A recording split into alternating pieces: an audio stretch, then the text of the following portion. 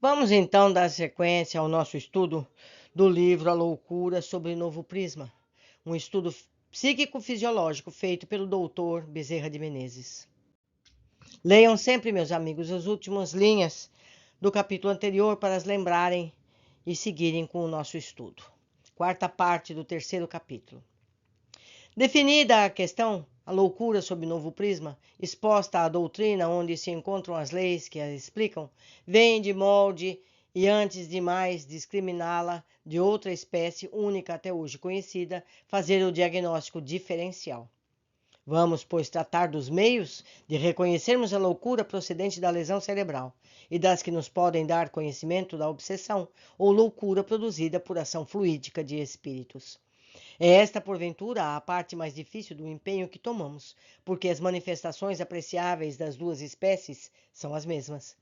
Desde que, tanto numa como noutra, o fenômeno natural da transmissão do pensamento é perturbado pelo mesmo modo sensível, embora, por causas diferentes, compreende-se que dificílimo deve ser o diagnóstico diferencial.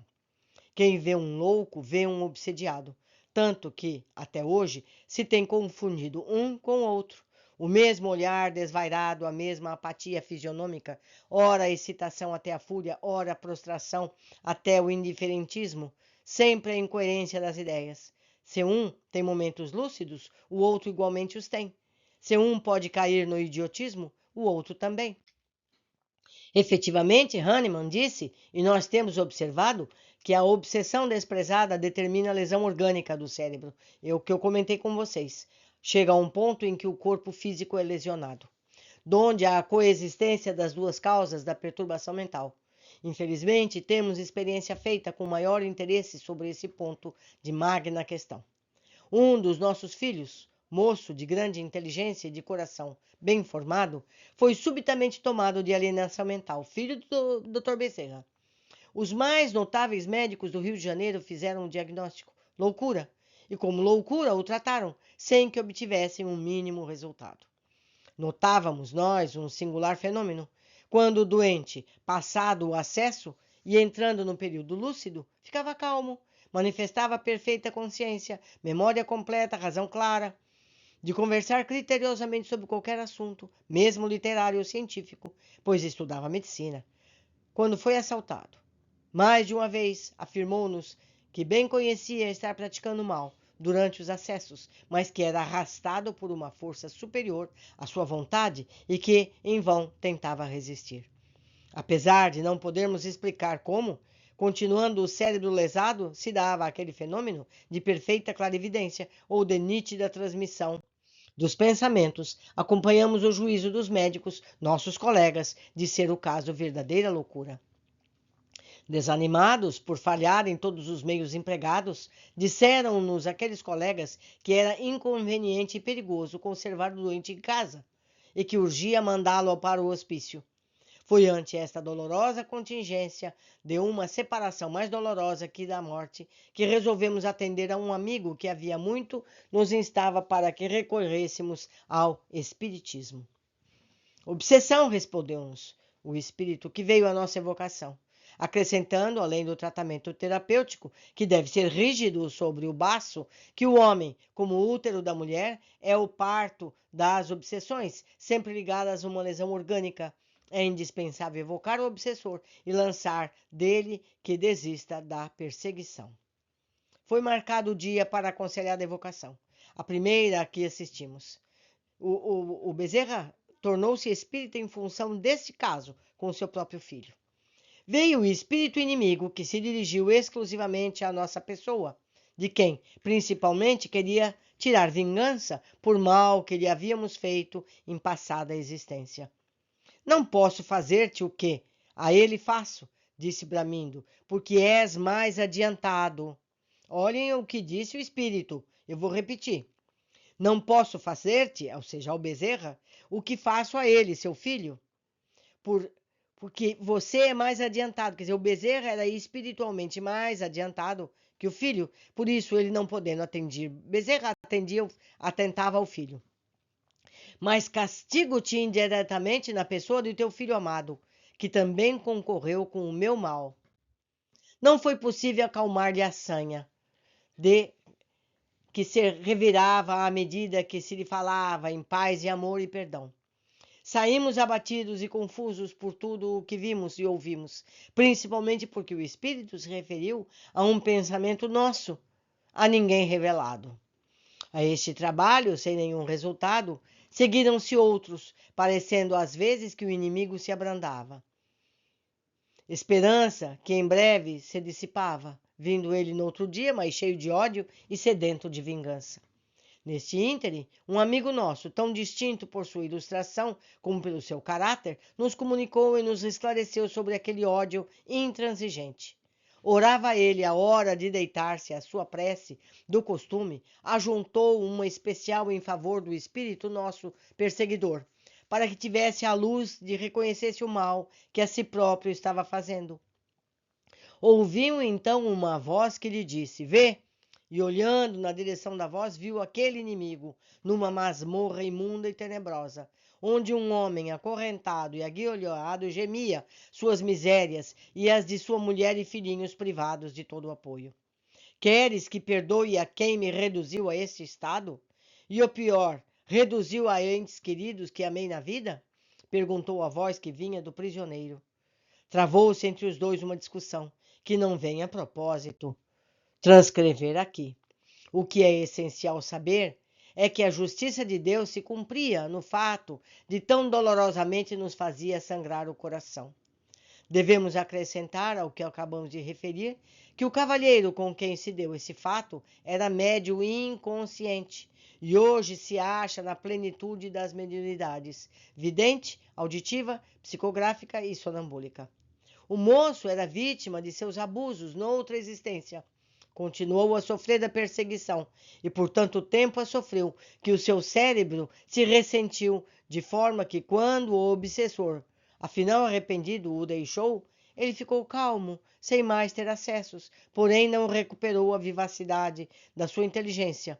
O instrumento ainda não se restabeleceu. Dir-se-á, a loucura também se cura, e os doentes curados dela também ficam assim, porque o instrumento se ressente por muito tempo do mal que o afetou. É verdade, mas a loucura vence-se pelo tratamento terapêutico. E o nosso doente, desde que tivemos certeza de ser o mal obra de um espírito, nunca mais tomou remédios, senão os morais, em trabalhos espíritas de cerca de 3 anos. Meus amigos, levou 3 anos para que esse espírito se inteirasse da inutilidade da sua vingança. Continuando. Vê-se, portanto, quanto importa, diante de um caso de loucura, fazer de pronto o diagnóstico diferencial, para que, se for obsessão, não chegue a esta desorganizar o cérebro que o órgão atacado pelo obsessor. Ora, não tendo a ciência meio seguro de fazer aquele diagnóstico, mesmo porque só existe para ela loucura, é óbvio que devemos procurar recursos para verificarmos se existe a obsessão no espiritismo científico. O médico materialista só vê desarranjos mentais e, pois, só aplica o tratamento apropriado à loucura material. Quando não colhe resultado, e nunca o poderá colher nos casos de obsessão, nem de leve suspeita que a sua é falta, o que julga toda a insuficiência que o mal é incurável. E assim acabam infelizes vítimas da ciência. Dissemos acima que, se obtivermos a sonambulização ou a hipnotização, que são a mesma coisa, no louco propriamente dito, teríamos necessariamente a lucidez de seu espírito, prova que a alma conserva intacta a sua faculdade pensante, mesmo que não possa manifestá-la pelo instrumento especial do cérebro. Esse fato não se dá sempre, por não ser sempre possível hipnotizar em razão de haver pessoas refratárias, como declara Charcot. Nos casos de obsessão, temos naturalmente a mesma dificuldade, mas quando for possível, é um caminho. Por muito tempo acreditamos ser esse precioso meio de distinguir, mediante os esclarecimentos prestados pelos hipnotizados, quer se trate de loucura ou obsessão. Ultimamente, porém, tratando de uma jovem Florinda que se acha por louca no hospício, mas que soubemos ser obsidiada, reconhecemos que o espírito da doente, embora lúcido, não sabe ao que deve seu desgraçado estado. Efetivamente, temos sido permitido evocar o espírito de Florinda. Faço eu uma observação. Sim, é possível receber espíritos que estão ainda encarnados durante o sono desse indivíduo. Isso é perfeitamente possível. Chico Xavier psicografava em centros quando ainda encarnado. Claro que não assinava Chico, porque isso levaria a um transtorno muito grande ao médium e às pessoas à volta. Mas vamos voltar à leitura. Efetivamente, temos-nos sido permitido evocar o espírito de Florinda. Por mais que questionássemos sobre a causa da sua detenção no hospício, nenhuma luz nos pôde dar, apesar de ter seu espírito em pleno caso de suas faculdades mentais. Se esse meio nos falha, não devemos cruzar os braços, conjecturando que a falha não se dará em todos os casos, mas sim recorrer sempre a ele e a outros. Quem veio definir a diferença dos princípios causais na alienação mental foi o Espiritismo, pelos ensinos dos Espíritos, porque então não recorremos a esta fonte para colhermos os meios de distingui-los? Há pouco dissemos que soubemos ser Florinda uma alienada por obsessão, enquanto a ciência a tinha por conta de alienada por loucura. E acrescentamos que os fatos vieram provar a verdade do que soubemos, manifestando-se o perseguidor. Já daí se infere que, nos casos de alienação mental por lesão do cérebro, nenhum espírito perseguidor virá à evocação, visto que não há perseguição. Assim, pois, esse processo espírita dá a diferença dos dois casos. É verdade que maus espíritos podem, nos casos de loucura, apresentar-se como obsessores para nos enganarem, mas, em primeiro lugar, a mistificação deixa sempre uma pontinha por onde a descobrimos, e, em segundo lugar, o obsidiado nada perde com tal mistificação, porque, em todos os casos, moraliza-se o espírito enganador. O método que seguimos, sempre com resultado, é consultarmos mediunicamente a um espírito que do espaço faz a caridade de receitar para os homens doentes sobre a natureza da alienação mental, no caso que nos apresenta, e procedermos à contraprova do que recebemos em resposta. Se nos disser que é loucura propriamente, evocamos o espírito que possa causá-la, e nenhuma se apresentará, ou apresentar-se-á um mistificador, que fácil desmascarar. Se nos disser que é obsessão, procederemos do mesmo modo, a um obsessor virá em confirmação do que foi dito. Neste caso, a cura pelos meios morais será a melhor prova de exatidão do diagnóstico, prova que nunca nos falhou em dezenas de experimentações. Eu quero fazer uma observação que o Espiritismo hoje, nos dias do século 20 e 21, não evoca espírito algum. Essa técnica era usada no século XIX, quando o Espiritismo estava iniciando. Como diz Chico Xavier, o telefone toca de lá para cá. Não se evoca espírito algum. Isso deve ser feito espontaneamente. E esses tratamentos hoje são feitos através de espíritos iluminados que vêm dar as orientações necessárias, vêm recolher esse espírito obsessor, sem a necessidade que ele incorpore em algum espírito, certo? E convido mais uma vez, consultem médicos, psiquiatras modernos, que são espíritas e sabem muito bem dar todo o atendimento necessário. Recomendo mais uma vez, Dr. Sérgio Felipe. Continuando a nossa leitura. Reconhecida a dupla espécie de loucura, tendo cada uma muito diversa causa, compreende-se que não é racional aplicar-se a todos os alienados o mesmo sistema de tratamento. Deixemos aos alienistas, ou seja, aos médicos psiquiatras, o cuidado de tratarem a loucura propriamente dita e ocupemo-nos com o tratamento da loucura por obsessão. Essa espécie tem por condição a perturbação funcional de um órgão que, enfraquecendo as energias morais do indivíduo, é aproveitado pelo obsessor para o seu nefando fim.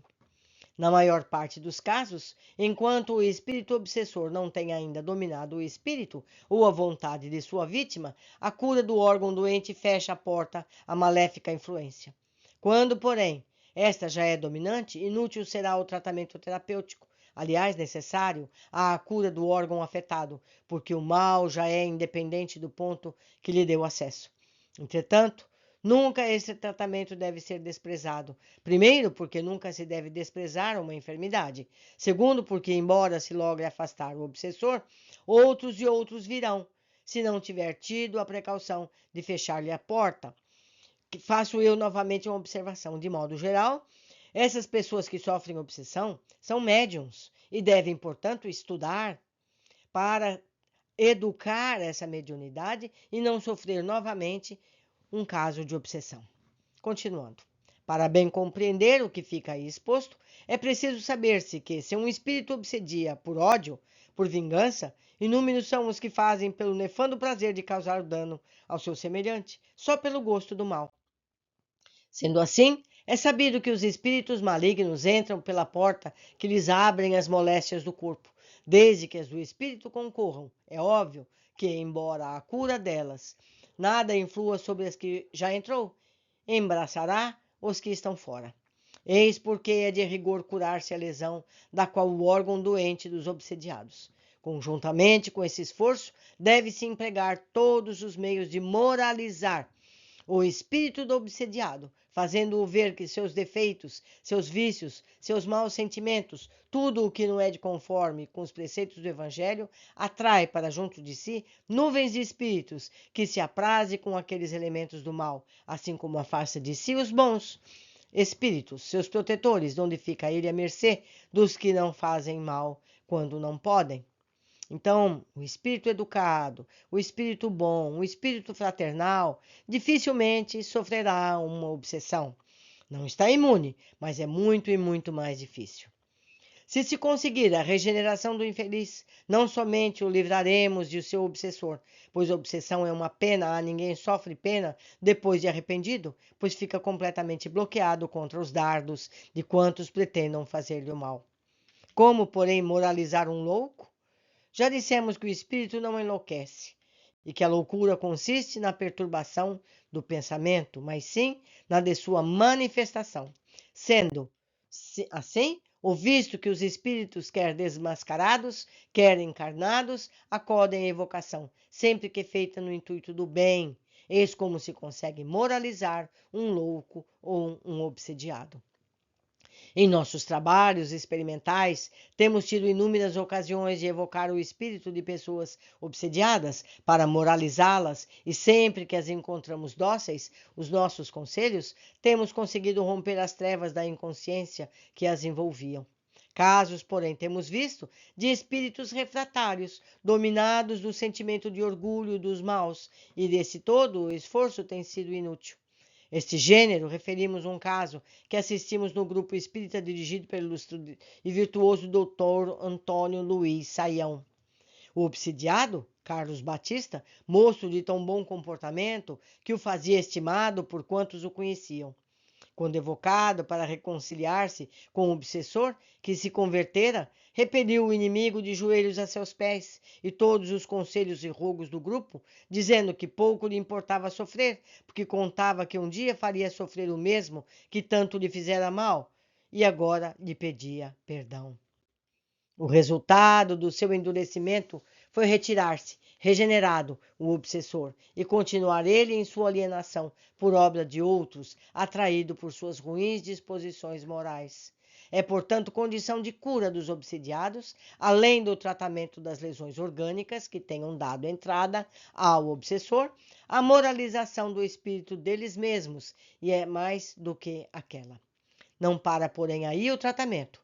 Ao mesmo tempo em que se empregam aqueles dois meios, deve-se trabalhar com o mais amoroso empenho na moralização do espírito obsessor, fazendo-o sentir a imensa responsabilidade que chama sobre si, colocando os pés na lei do amor ao próximo e o sublime exemplo do perdão dado por Jesus, do alto da cruz. Em dezenas de trabalhos desta ordem, só um espírito encontramos que resistiu a tudo, preferindo toda a espécie de sofrimento a largar as suas garras da presa, de quem cevava velho ódio de passadas existências. Concluímos a leitura do capítulo em sua quarta parte. Espero vocês no nosso próximo capítulo para concluirmos esse estudo. Abraços!